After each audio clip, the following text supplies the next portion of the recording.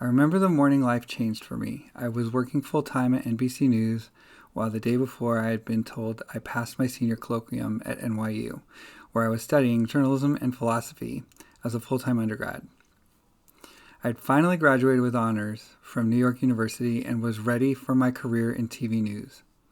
The night before, I had gone out to celebrate with friends.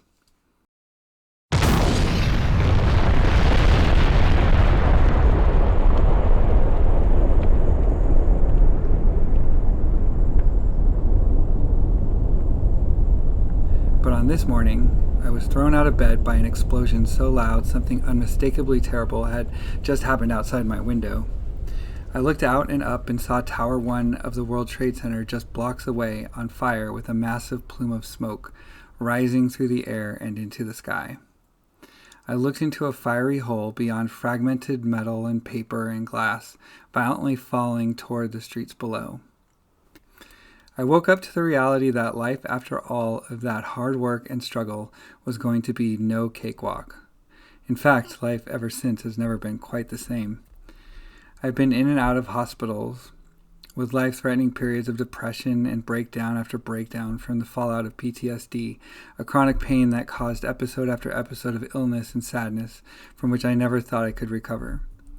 I tried for years and years and kept landing in the same dismal places, held down by the tyrannical clutches of ruthless depression and anxiety that had destroyed my life. I thought this was it. This was all that was left for me. Time paid in crisis house visits and hospitals, doctors' offices and psychologists' sofas were what had become of my life. All of this while borrowing time, living in the bedroom I grew up in with parents who loved me, but didn't know what to do to help me. No one did. Mom helped me get on disability, accomplishing something that by all measures is nearly impossible for even the most destitute to be awarded. My father begrudgingly allowed me to take and take and take. Every job I took, I lost because of sadness or bad decision-making from efforts to find relief for the shame and the depression and the anxiety that I had weighing down on me. But I was wrong. That wasn't it.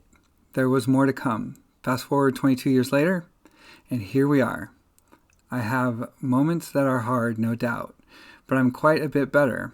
I live on my own, I take medications at work, I have friends of all different kinds who are with me on this unpredictable journey. I have my family, still doing the best we can to stay afloat during this turbulent period in American life. I try to be helpful where I can. My mom and my sister suffer terribly from chronic Lyme disease. My father is still a pillar of strength and reason in an otherwise unpredictable world. How does all of this relate to the orchard at Hilltop? Without the donations, the hard work of the management, who have been truly remarkable, the leadership of the city of San Diego, without the funding from the state, without all of you here today, there would be no place for me to rest my head at night, no place for me to hang my hat, no place for me to rise up in the morning or have dinner before bed. There would be no stability, no stable housing for so many of us. This place helps. This is something tangible. It's real.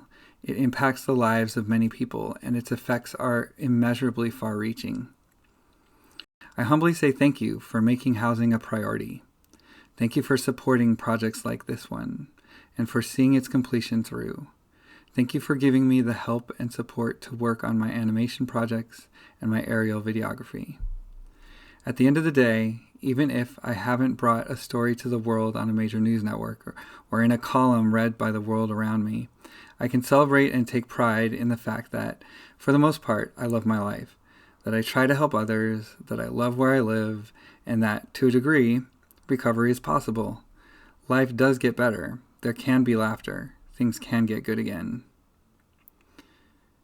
Life isn't perfect, never will be.